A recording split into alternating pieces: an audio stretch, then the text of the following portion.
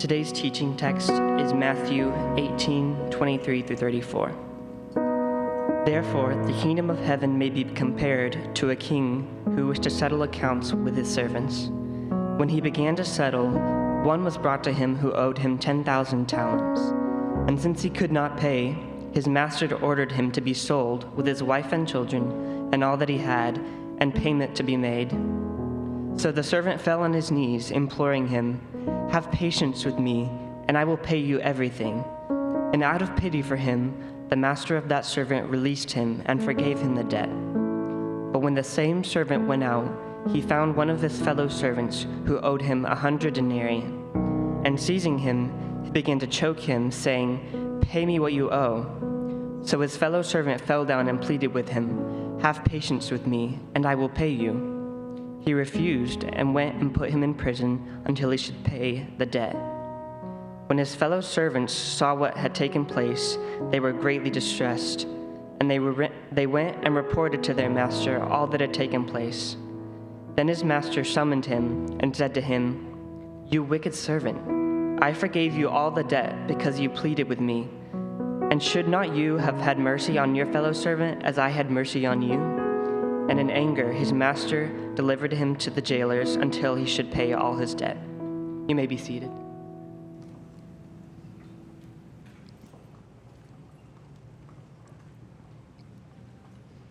Well, good morning. It's good to be with you guys. My name is David Black. If we've not met, I'm the campus pastor here, and it's good to see you.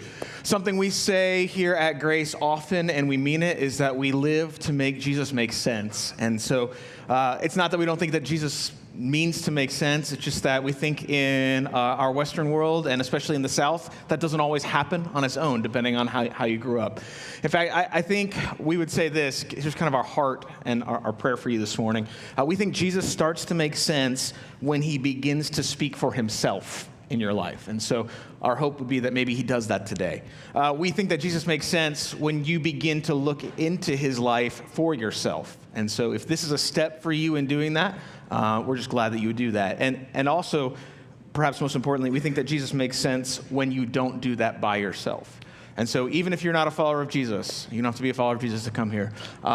We would say bring your questions, and we would hope that you would find a community of people in which to explore Jesus and ask those questions. And our heart is ultimately, if you're a follower of Jesus, that you hear from him today. So this is a part of the gathering where we open up the Bible. And again, the Bible for us is not a textbook. It's not like a Wikipedia thing. We tend to think of it like a little bit like Netflix. Like if God had a Netflix account and we saw what his heart loved, we saw what his heart was like, and we asked him, "Hey, what do you think about our heart?" That's kind of what this is. And so we've been doing that this summer in a series entitled Jesus Math. Okay, and so here's kind of what we've been saying. Whether you have a love relationship with math, some of us, we'll just be honest, we're born like just math comes easy and it's awesome, okay? Others of us, we have a hate relationship with math. We're like, it doesn't make sense. I didn't really like it. Yeah, I could do it if I have to, but thank God there's computers, right? Thank goodness there's a calculator and I can walk around with one in my pocket knowing what to do. But that's not the type of math that we're always talking about, because as we live, here's what we all do. We all start doing math in our life. We all start going, well, if I live a certain way, or if I make a certain decisions, then that ought to equal a certain type of life. And here's what happens as soon as you start exploring Jesus, and especially as soon as you start following Jesus. When you start following Jesus, the math that we tend to do in our head as a culture suddenly doesn't add up. And here's what we learn, that Jesus does math differently. In fact, all throughout the New Testament and all throughout the Old Testament, God talks about the type of life and the type of outcome that one ought to expect when they follow him. And for us, it doesn't always make sense and it doesn't always add up. And so here's the good news. If you're doing math in your life and it's not adding up the way you think it ought to add up, there actually might be a chance that you're closer to finding out what Jesus was talking about than you think. And so each week we're taking a story, a historical account from Jesus' life, or a teaching that he gave in which he talks about math that doesn't add up the way that our culture thinks it adds up. And so today, kind of honoring the 4th of July. Hopefully you had a great weekend, whether that be out with family or friends. I just want to ask you one question as we start rolling, okay? Here's the question this morning. It's this: how do you spell freedom? How do you spell freedom? I'm going to assume that many of you are Westerners, or at least you live in the United States or visiting or hanging out here. How do you spell freedom? I just brought 2 examples of many. I'm not sure how you spelled freedom this weekend. For some of us, we spell freedom this way, BBQ, okay?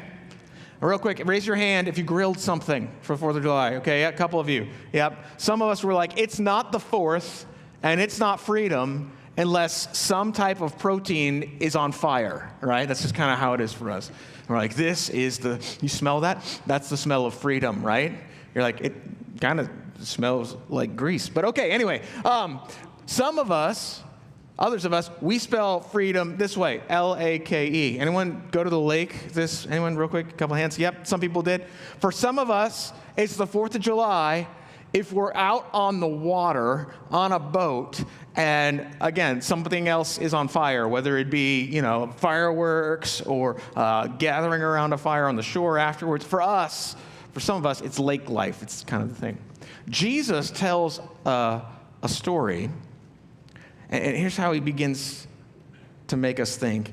Jesus tells a story in which he seems to indicate that the way that God spells freedom and the way that he spells freedom is forgiveness. A guy named Peter, as a disciple, comes to him and goes, how often do I have to forgive somebody when they keep doing the same thing over and over again? And Jesus talks about a story in which the person who's in jail at the end is not in jail because he wasn't forgiven.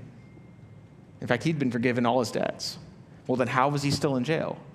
It's actually his failure to forgive. And here's what we find out in Matthew chapter 18. Jesus tells Peter not just 7 times, but 70 times 7. Because here's why. He wants us to know this, that you're only as free as your forgiveness. When it comes to your life, when it comes to your relationships, regardless of the country in which you live, remember, regardless of the government, God seems to say that you're only as free as your forgiveness. And here's why this matters. Because it's entirely possible that we would be privileged to live in a country in which we have all types of freedoms to do what we want, to be who we want, to live where we want, to buy what we want, to vote like we want, right? To disagree like we want, to say what we want, and yet, when it comes to our relationships, be locked away. Okay? So we're going to take a look at Jesus' words. Jesus looks at Peter and says, not 7 times, but 70 times 7. You're like, that's crazy math, Jesus. So we're just going to ask this question today. What does that mean? What does that mean? And here's my quick disclaimer. I realize as a pastor, this is a heavy topic. In fact, I said this in pre-service. If we voted on, hey, what do you want to talk about this morning? If we just went around and said, write it down on a piece of paper, put it up front, I'll talk about it. I guarantee you we're probably not talking about this topic. Right? We're probably not talking about forgiveness. And so I know this might be out of left field for you. And for some of us, as soon as we hear forgiveness, we're like, oh, I knew I shouldn't have come to church, right? But here's kind of my promise to you. I think this is important.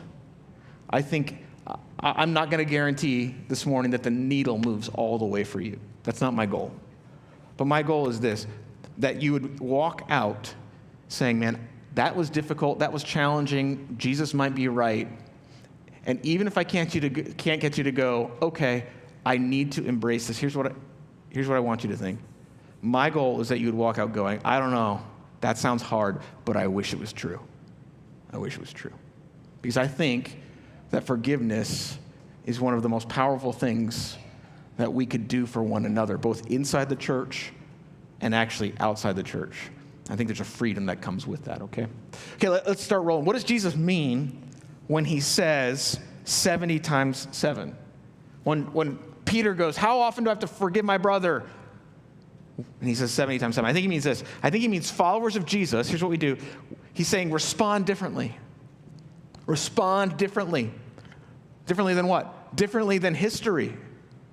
differently than family, differently than every culture that's ever really lived, differently than even you would naturally do. In fact, Peter comes up to him and says, Lord, how often will my brother sin against me and I forgive him? As many as 7 times? Back then, the rabbis, which would have been their teachers, the religious leaders, and also they were political power people as well. It's kind of all in one in their world.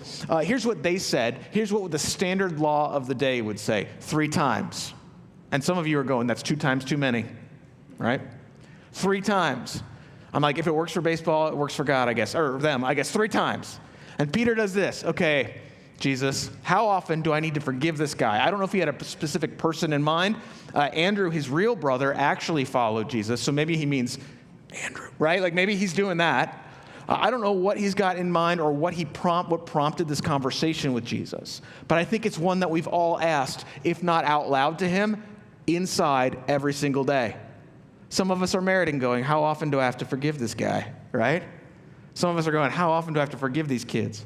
How often do I have to forgive this employer, right? And here's what Peter does. He's going, I'm going to double it. So 3 times 2 is 6, plus 1 for extra credit. Maybe he's thinking 1 for every day of the week, right? He's going 7 times.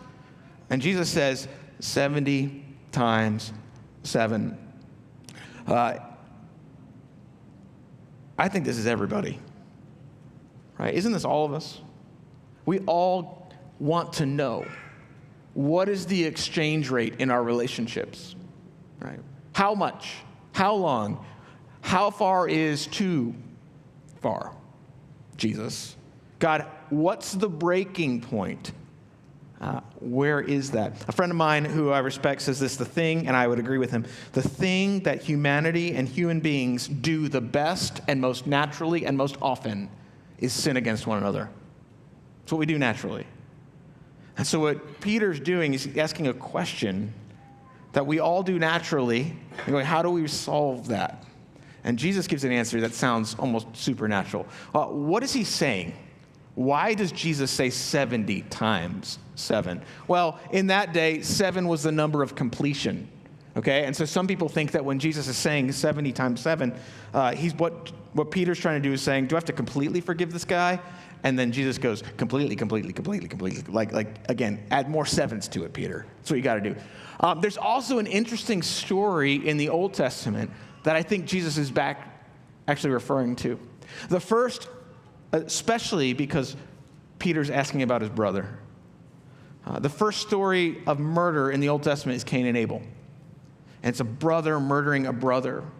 Well, Cain had kids, and eventually that created a culture that followed him. In fact, here's what we see in the Old Testament. So here, just take a look at these passages. On this side, that should say Matthew. On this side, we have Matthew 18.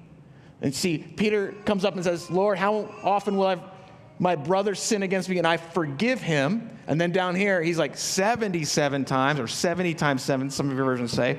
But over here, notice, this is from actually Genesis, right after the Cain and Abel thing. Lamech, this guy was a descendant of Cain, like a great-grandkid of him, said to his wives, Ada and Zillah, hear my voice, you wives of Lamech. Again, this is a guy bragging to his wives, okay? Now, you may not be wives, but you could imagine this scenario playing out. This is a guy beating his chest, and he's going, you want to know who I am?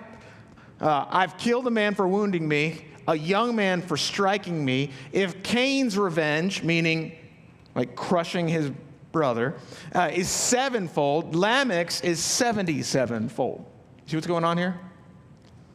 In his life, here's what he's going, I have a culture of revenge.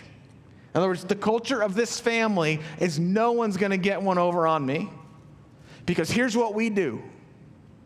We always get the last word.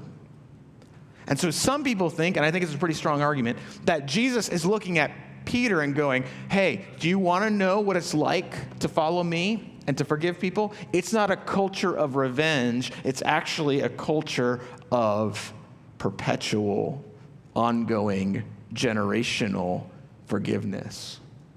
I know none of us know anything about generational revenge, right?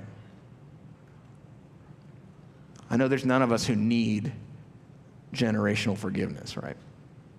And God looks at Peter and says, what would it look like to adopt this? I wrote down, forgiveness is not an event, but it is a way of life. That's what Jesus is getting at. Some of you are old enough to remember this next picture and slide. Others of you have no clue what I'm talking about. This is a flip phone. I think they're coming back, right? Someone help me out? Yes? Are they back? No, they're not. Okay, forget that. Some of us wish they were coming back. Back in the day, when cell phones came out, right? This sounds so stupid today, but you would sign up and pay for minutes, right? We would understand paying for data, but and then even text 10 cents a text, right? Young adults, you'd be broke, okay? You're like, I am broke, but you'd be broker, okay? Like 10 cents for a text, and then over here, also, you'll notice Sprint Power Pack plans. You get 450 anytime minutes. Call anytime. You can use your phone anytime you want. But night calling starts at 7 p.m., right? And here's what would happen back in the day. You could have free, unlimited phone calls and texts after 7 p.m. And so you would literally wait to call your significant other until after 7 p.m. if you were cheap and economical. Some of you had relationships where you talked during the day. But for other regular folks, right? We're like, hey, I got to get on my free time before I spend 3 hours on the phone with you, right? And that's what we'd do. And so you'd kind of wait, and then all the plans were like 9 p.m., 7 p.m. There were all these discounts. Well, eventually something came out, and this is commonplace for us today, unlimited. They came out with an unlimited plan, right? Some of you are on a family plan because it's unlimited. You're like, I got to get on with my parents' cell phone provider or my friends or whatever it is so that I can have unlimited minutes. And here's what that meant. There's no limit, literally unlimited, to your text, your call, your data. You can do whatever you want. It's infinite. You're paying one flat rate, and it's unlimited. Just because cell phone contracts are gone doesn't mean that we no longer use contracts in our relationships, right? It doesn't mean that we don't think through what comes to somebody else. Here's what we all think, and here's what Jesus is trying to get across. We all have some idea of how we relate to one another, and Jesus is going, in my family, we are on the unlimited plan when it comes to forgiveness. Some of us have if you hurt me, that's fine, but if you hurt my family, nuh-uh. And Jesus goes, we're the type of people. This is who we are, Peter. When it comes to forgiveness, it's unlimited. That's difficult for us. Because here's what we all do. We all know that what we're really saying when we're hurt or when we're talking about forgiveness is somebody owes us. Someone owes us. And the reason oftentimes we keep score, if we were to be honest, and the reason the unlimited plan sounds so horrible to us, I know Jesus makes it to sound good news, but for us it's so difficult, is oftentimes we keep score because we want to keep control. And we go, God, I don't want to give up control over this thing, this event, this memory, this past, this relationship. And what you're asking for, God, is if I get on your unlimited plan, then I have to stop counting. And here's what God's saying. It is impossible. You can't forgive if you're still counting. You can't. We're over there adding up all the things and adding all the and trying to, because we want control, and God's going, no. If you're still counting, you're still on a contract. And that contract is not what I'm talking about. I'm talking about the type of relationships in your life that seem to be unlimited. It's interesting how opposite our culture is in this way. Some of you know who this is because I've used it before, but I just find it fascinating. This dude's name is the Iron Cowboy. He is famous for doing 50 Ironmans in 50 days in 50 states. If you know what an Ironman is, it's a lot of biking, a lot of swimming, and a lot of running, more than the average person. And he's like, I'm going to do that 50 days in a row in 50 different states. That's crazy. That's nuts. Recently, a new documentary came out. You can look this up. The new documentary, he's like, I'm going to do it 100 days in a row, which he did. He actually did it 101 days in a row. I would die on day 2. Maybe. 2 is generous, man. Right? I'm not making it. Here's where we live. As a culture, we look at this man and we go, dude, that perseverance and the discipline that takes and the type of mental fortitude and the sacrifice that you make, right? We're the type of culture that applauds and respects and lifts up someone's endurance. 50 days, 50 states, 50 Ironmans. And yet for us, 50 minutes with someone who hurt us feels like forever. It's interesting to me. We live in a culture that values perseverance physically. And yet when it comes to enduring with one another relationally, we're like, nope. Block them, unfriend them, drop them like a bad habit, ghost them, lock it all down. You're dead to me. Nope. That's what we do. And Jesus is pushing back on that over and over again. It's interesting. There's a verse of Scripture which I think is just phenomenal. It's in the Old Testament. So if you're here and you're like, oh, the New Testament God's different than the Old Testament God, this verse is going to push on you a little bit and challenge you, because this is the heart of God in the Old Testament to his people. He says, the steadfast love of the Lord never ceases. His mercies never come to an end. God's telling you what he's like. My mercies, they don't end. In other words, he's doing an Ironman every day for eternity when it comes to forgiveness. And then he goes this, I don't know why I only underlined that part, but they are new every morning. Great is your faithfulness. Here's what God is getting at. If we even hope to be reflective of the type of family that God is creating in Jesus, here's what he's going. He's going, my mercies are new every morning. And Jesus' heart to Peter and to you and me is this: your mercies could be new every morning as well. You see, here's what I think. I don't think you can forget. I think you're really good at remembering. Right? I'm good at remembering. Really good. Right? It's not a pastor guilt thing. I'm really good at remembering as a person. Right? We can't forget. I think that's why forgiveness has to be a habit. It's every morning I wake up and I got to forgive again. Do you want to know how to have a marriage that lasts? You have to forgive every morning. You have to. By the way, both the person who offended the person and the person who was offended, you both have to forgive. You both. Why? Because the person who offends the other person, hey, I'm sorry I did that. It's going to always be there, right? And the person who is offended has to forgive. Back and forth, back and forth. Jesus is talking about this habit. At some point, you guys have deep relationships. We all have deep relationships. We have fringe relationships. That the level of conflict that you can absorb depends on the depth of relationship, right? But at some point, there's only so much the depth of your relationship can handle. And at that point, that's where the forgiveness has to kick in. So you might be going, hey, I got a friend. We're great. Nothing ever happens. I promise you, something's going to happen. Some of us just bounce around to relationships going, I want the relationship where the person's never going to offend me. You don't want a relationship with a person. You want a dog. They're pretty good about not offending you, right? Cats, they do not forgive. But anyways, it's only the depth.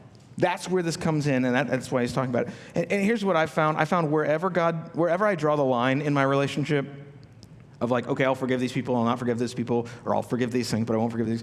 Wherever I draw the line, I start reading the Bible, and here's what I find out. I'm not even close. That's what Peter finds out. I'm not even close to what God is talking about. Why is this so difficult for us? Well, I think Jesus is fantastic at putting his finger on our hearts because he made them and he knows them better than we know them. So he tells this story to Peter that just sums it up. In fact, I don't think there's a better story or analogy of forgiveness anywhere in literature. I really don't. Why? Because what Jesus does is he takes the offense and he pulls it out and puts it in a different context. So he's not going to talk about what he said or she said. He's not going to talk about what they did or when they did it, or he's not going to talk about if you knew the history. He pulls it out and he goes, let's talk about some facts. Let's put it in the terms of money. Because money we all get, right? And he goes, let's just take it out of that circumstance. We're going to remove it from the names and the places. We're going to put it in the terms of finances. And here's what we find out. What Jesus is trying to get out is that followers of Jesus, in order to forgive, when he says 70 times 7, he's not just saying that we respond differently. He's saying if you're going to even have hope to respond differently, you have to recognize this fact right here. You've got to recognize your poverty. You got to recognize your own poverty. Notice, he tells a story about a man who works for a king who owes debts. He says when he began to settle, his king calls into accounts. One was brought to him, owed him 10,000 talents. Now, again, what Jesus is doing is he's making this story so large that people would have be like, this is insane. It's clearly fictional. We say, well, how do we know? Well, back then, 10,000 was the highest number that you would count to. They just stopped counting. So they didn't know necessarily about atoms. They weren't into computers back then. At some point, all you needed in the ancient world was 10,000, right? Everything past 10,000 is just like, right? So that's the highest that they would count to, and a talent was the highest amount of money that they would think of. So here's what Jesus is saying. There was a man who owned a king or his master 1 million, bazillion, quadrillion, thousand, Google, blah, blah, blah, blah. Like that's what he's talking about. He's like, he owed him the world. Owed him the world. So he goes to him, and notice, he could not pay. What's his problem? He's too poor. He doesn't have it. He couldn't pay if he wanted. Right? So the master's going to call accounts. There's a problem already. He owes something he cannot pay. His master ordered him to be sold. That's a problem. With his wife and children and all that he had. His life is over. His dreams are over. His hopes are over. His career is over. It's all come crashing down. He was a tech billionaire because he had borrowed 10,000 talents, and now it's all getting liquidated. Okay? They took away the baseball team and the football team anymore. And payment to be made. And he's like, so he begs for forgiveness. Okay? He owes. Now, fast forward, we know he gets forgiven, okay? He runs out, he has this conversation, he immediately confronts his fellow servant. When the same servant went out, he found one of his fellow servants who owed him 100 denarii, itty bitty, okay? Like a day, actually a week's worth of wages. A gazillion billion, okay? Elon Musk with, I don't know, some person who works at a car wash, okay? And seizing him, he began to choke him, saying, what? Pay what you owe. You know this. We would say this. He or she or they owe me an apology. Right? Here's what this means. We are poor as people. We can't possibly repay for the offenses that we make. You know this. There's things that you do unintentionally that have unintended consequences that you can't afford to pay or even fix. Right? Much less, let's talk about the things that you do intentionally or that you just kind of like overlook, right? We know this happens to us. So all of us in this room, here's what Jesus is trying to tell us. All of us, we owe. All of us, we owe. I'm not going to do it, but mentally we could go back in our life. There are things that you have done or things that you have said that have hurt people unintentionally or perhaps even intentionally that you're going, there's no way that I will ever be able to make that up. I didn't mean it. I didn't think it would happen that way. Things went sideways. I don't even know how I'd make that up to that person. And I can't solve it. I can't fix it. I'm too poor. Right? We all owe. And Jesus is also saying this. There's areas in our life where we can't let go. We are both of these people. We're both servants in this story. Both are too poor. There's places in your life where people have hurt you physically, relationally, emotionally, spiritually. And the amount of damage that has been done, they cannot repay. Right? You could turn them upside down and hang them by their feet and shake them till all their coins fall out of their pockets or their soul. And they would never be able to put it back. Ever. Couldn't undo it.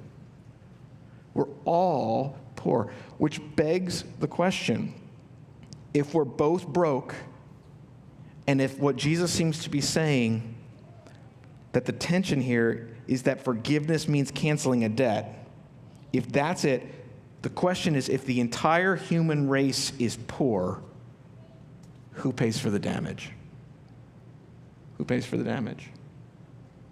A friend of mine at the last church that I pastored in Springfield, it was a unique thing. He was a college student. He was on a baseball scholarship, and he was studying. Things were going well, and his mom was actually an actuary.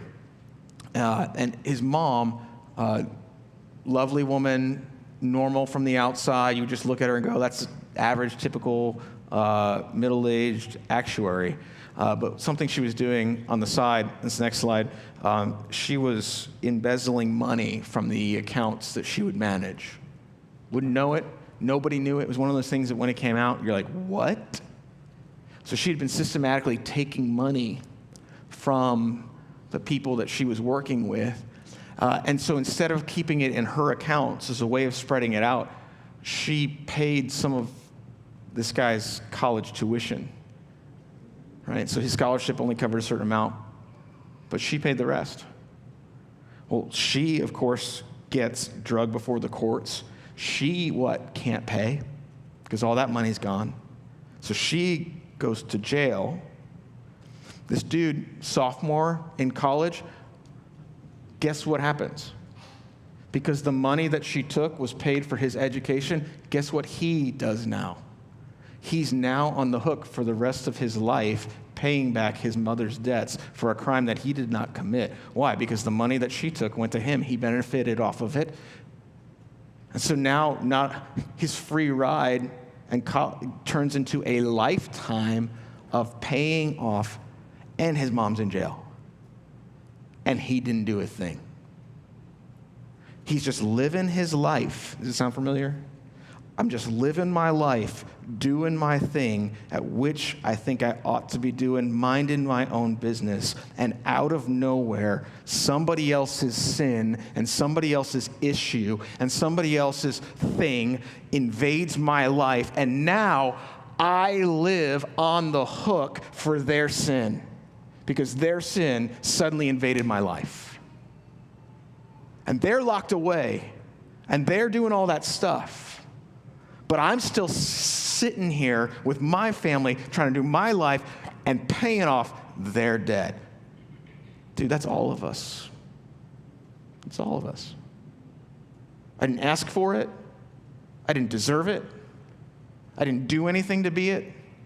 I was just minding my own business. I was in the wrong place at the wrong time, or nobody saw the signs, or no one spoke up for me, or nobody has the same family or debt. It's there. We all owe. And who pays for the damage? Jesus goes, listen, when it comes to humanity, we're all poor. We're all poor. You're too poor to pay for what you've done, and they're too poor to pay for what was done to you. This is why people try to work it off. They spend their whole life trying to earn it off. They spend their whole life trying to forget it. Some of us drink it away. Others of us just party it away. Some of us double down on our efforts. Some of us try to educate it away, self-talk it away, medicate it away. We try to address it, and none of that pays for it. It just kind of pushes it further away. Listen, this is why if you're struggling to forgive someone, it's the start. We ought to struggle with this, should we not? When we talk about the reality of this, Jesus goes, he's not looking at you and me and going, just forgive. He's talking about debts, severe debts. And he's like, it's a struggle. It's a struggle. And so if you're here this morning and you're going, man, it's a struggle, Jesus is like, yeah, you're right. And if it's not a struggle, you haven't really started, right? If it's not a struggle for you, you're probably just pushing it further away. Jesus tries to tell us, and here's what I think what he's trying to understand is for followers of Jesus, He's like, before you were ever a disciple, you need to understand that you are a debtor too. Before ever I said yes to Jesus, he's like, you got to understand you owed. We all owe. A guy named Miroslav Volf, okay? He lived through the Croatian genocide. People came, killed his family. This isn't just a professor talking in a room from a happy space. He had relatives killed, solely just died because of their ethnicity in an act of ethnic cleansing. This is years and years of years. Wrote a book on forgiveness. He wrote it. It was called it's something in Embrace. Thank you, Exclusion and Embrace. And here's what he says. Listen to his words. Forgiveness flounders because I exclude the enemy from the community of humans, even as I exclude myself from the community of sinners. You see what he's saying? He's saying, here's what I've learned. The reason forgiveness is difficult is because I make the enemy a monster and I exclude them from the community as a human being, because human beings all owe. That's what God is trying to do. Jesus is going, you need to see that everybody owes. The person who owes you is just a person who owes. You're like, I don't like that, Jesus. You're bringing it, you're leveling the playing field. I don't want to do that. They're a monster. They're atrocious. I'm not saying that what they didn't do was monstrous, okay? But who they are. And then on the flip side, what he's saying is this. I exclude myself from the community of sinners. It wasn't as bad. I would never. And by all honesty, you probably wouldn't in some cases. But we all do that. And Jesus goes, no, we all owe. You do not have to forgive. Can I just tell you that as a pastor? To live as a person. You don't have to. As far as I understand, unforgiveness isn't fatal. I think it's poison. And so just like a mild dose of poison, like if you ever just want to poison me, just put it in the coffee. I'm dead, okay? Because if there's coffee, I'm drinking it, okay? Don't get any ideas, Lauren. She'd probably just suffocate me in my sleep. Anyway, that's how my mind works, okay? Forgiveness is like Jesus is saying, like, hey, there's an antidote to it. You could live your whole life and hold the antidote in your hand and never take it. And you might live, but you might have side effects.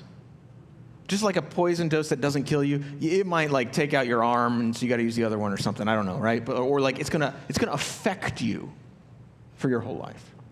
That's what unforgiveness does. Jesus is going, here's the antidote. You can take it, or you can leave it alone, but you will suffer the consequences for it.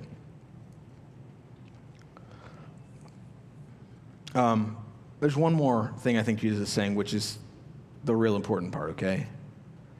This is all important, but Jesus doesn't leave us in the basement alone. He actually gives us some help here. But before I do that, I just feel like I need to pause, and I put this in there on purpose because I want to make sure. I know some of us, and some of you this morning, like when you hear a sermon on forgiveness, you kind of push it away or you brace for it. And it's not because you're like, I don't love Jesus, or I don't believe in Jesus, or I don't understand that he died for me.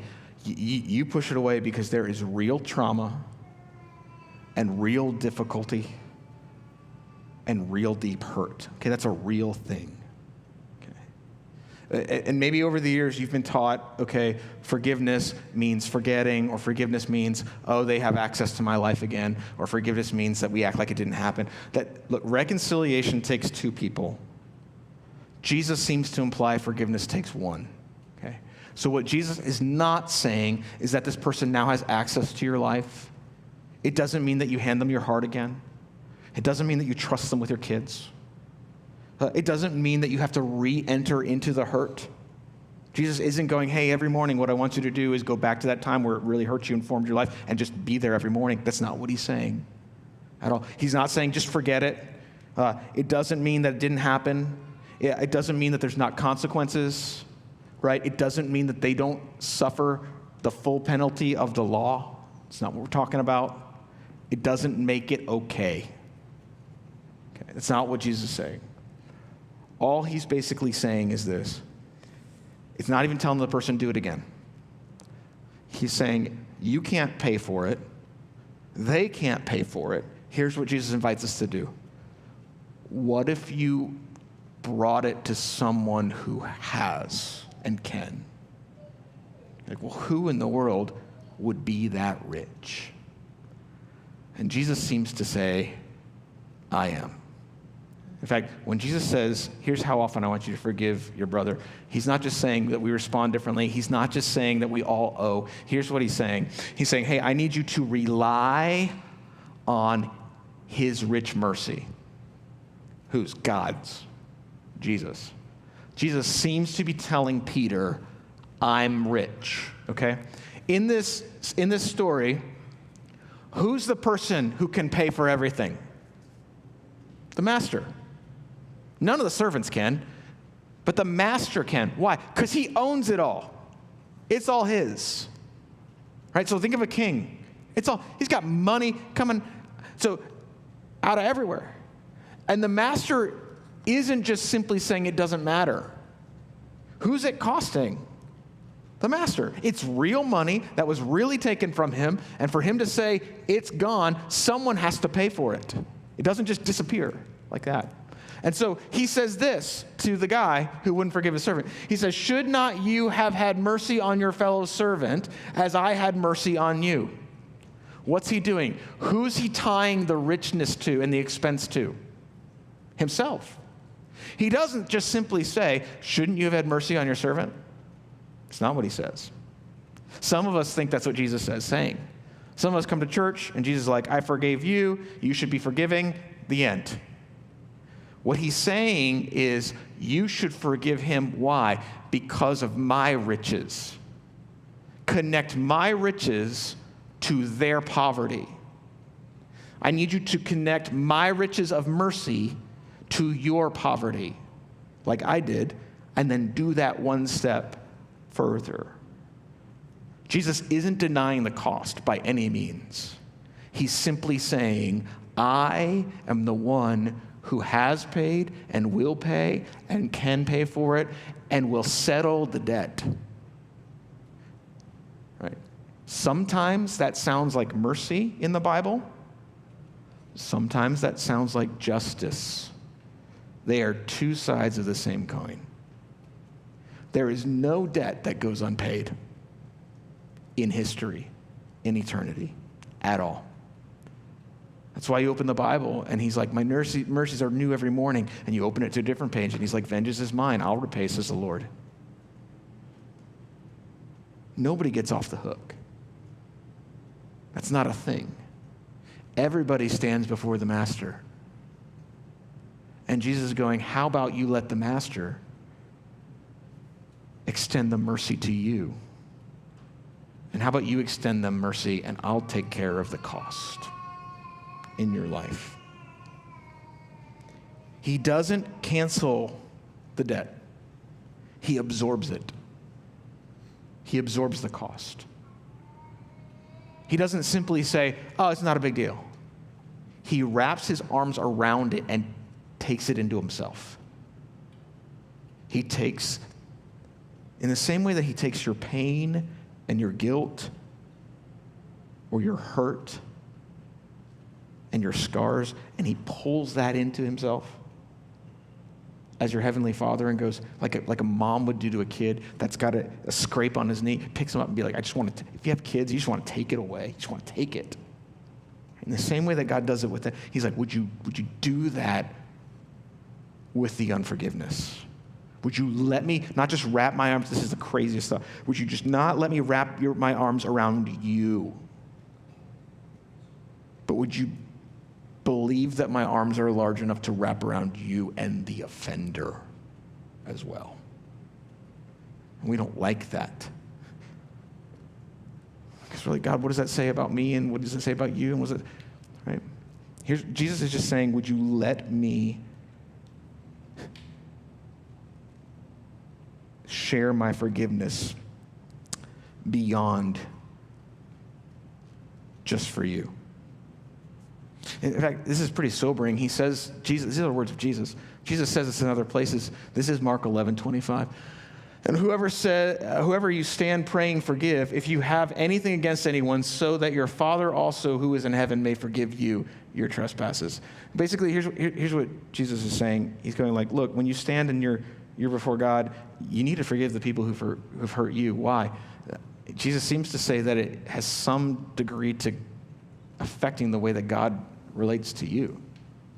In fact, over here, this is also sobering. Jesus says this in Matthew 6:12. He says, and forgive us our debts. This is what we're supposed to pray. And forgive us our debts. That's what I pray, period. God, forgive me my debts. And God's like, and? As we forgive those who've hurt us. You see what he's saying? God's saying, I want you to come to me, and here's what I want you to pray to me. I want you to pray to me that you, God, would relate to me the way that I relate to the people who've hurt me. Oh. Why? Because the only way that I have hope of even mumbling that prayer is if I understand the wealth of his mercy for me. There's a hurricane that happened in Haiti. Some of you remember it. It's in 2010. Here's the magnitude where it was. During this time, $6.4 billion was raised by the world, the globe, to address the poverty in Haiti. Recently, there was a humanitarian study done by the UN and other aid organizations to determine the amount of aid of that $6.4 billion that actually made it on the ground to government agencies and the people. Do you know the amount? You want to just wager a guess? Right? 0.06% of $6.4 billion. The world raised a fortune, and only a fraction was passed on to the people who needed it. Why? Because at some point along the line, somebody said, this is only for me. That's what Jesus is talking about. He's going, my followers are not people who go, this is only for me. My followers are the type of people who pass it on to where it is most needed, even when the offense is against them. You see, all it would take is for somebody along the way and go like, oh, there's more than enough for somebody else. There's more than enough mercy for them. Jesus is going,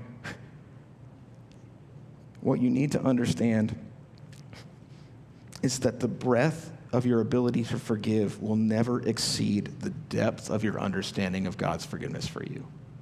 Let me put it this way. You will only extend mercy for those who you understand have offended like you. It's the people who have offended not like you that you're going, oh, I struggle with them. Why? Because you think the mercy that you've gotten is over here and they're requiring this much more. And surely, God's not that rich. Here's the good news. Jesus is saying that because of my death on the cross and my resurrection, that God's mercy is sufficient for the worst of humanity. That's the good news. It's always more. It's always more. We sing about it in this song. I'm skipping a slide or two, but we're going to next one. It says, what love could remember, no wrongs we have done, omniscient, all-knowing, he counts not their sum, thrown into a sea without bottom or shore. Our sins, they are many. His mercy is more. And we sing about that for ourselves. But what Jesus is pushing back on Peter and you and me this morning is this. Could it be possible that you would sing that today for someone else? Man, that's hard.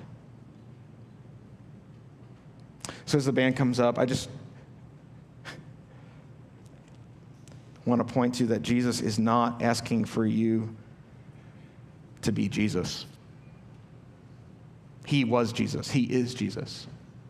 In fact, we're told in Colossians, this is what happened, and you who were dead in your trespasses and the uncircumcision of your flesh, God made you alive together with Jesus, having forgiven us some, just the nice ones that we can talk about in public. No, all our trespasses, by canceling the record of debt that stood against us with its legal demands. This he set aside. He nailed it to the cross. He nailed it to the cross. And so you don't have to be Jesus in the relationship. Jesus doesn't look at Peter and says, here's how you forgive them, be me. Some of you think that's what this means. No. Let him be Jesus in that relationship. Let him absorb the cost. Let him bear the cost for what's broken. Right? Not you, because you can't carry that. It'll crush you. It'll also crush those around you. It'll warp your relationships in your life. He's like, I nailed it to the cross. Give it to me. Let me carry it. Right? And that might mean when you see that person or you hear that person's name or you think of that person, you're like, okay, God, that's on you. That's on you. That's on you. And Jesus is like, that's right. It's on me. Give it to me. I'll take it. All he's saying is, would you borrow my riches for today? Would you borrow my riches for tomorrow? Doesn't mean you don't set a boundary, right? Some of you are here, and you know the name, you know the people, you know the circumstances. I don't. And again, I'm just trying to move the needle. I wish it was true, right? And for you, you're like, man, I've got to figure out a way to let Jesus bear the cost for what's broken so that I don't have to. Because like Jesus says, that'll lock you away. Others of you, you're here this morning, and what God wants you to understand is that his mercy towards you is not just for you. It's actually a way that we get to participate in the mission of Jesus by extending his mercy towards others. The way that we go from just being somebody who's following Jesus in our own little silo, receiving, to going, hey, I'm actually called to be on mission with him, is to understand that the mercy that we receive is meant to be shared and spread. And that can't happen when unforgiveness is in the way. You can't serve other people wholly out of a deficit that you don't have. It's got to come from somewhere else. And some of you are here, and it's so hard because as soon as you say forgiveness, you just think about what they did. And Jesus is going, yeah, but I need you to also think about what I did. And so even if today, for you, the thing is, as soon as your mind goes to that, it's not that you don't pretend like it didn't happen. You think about what they did, but you've got to figure it out somehow. Jesus is going, will you attach what I've done to what they did? And start there. And if you're here this morning and you're struggling, man, you're starting. And it's a journey, and it's a habit, and it's an everyday thing. And his mercy is sufficient. So I'm going to pray for you. And if you need to pray with someone else, because sometimes in these things you may not have words. So as we worship, as we just kind of end our time together, over there, that little half wall and this half wall too, we have a prayer team. They pray for you ahead of time. They'll pray with you while you're here, and they'll pray for you after you go. And so maybe as we're exiting today and everyone's going that way, you just come this way. It doesn't have to be during the song. Doesn't have to be during worship time. Could be. If you need it right now, they're there.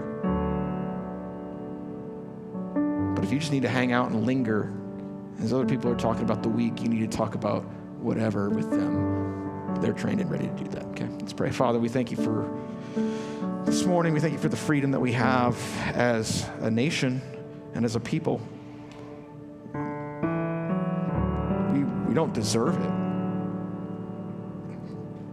In some ways, we won the lottery in the world of history, and yet in other ways, spiritually, we're just as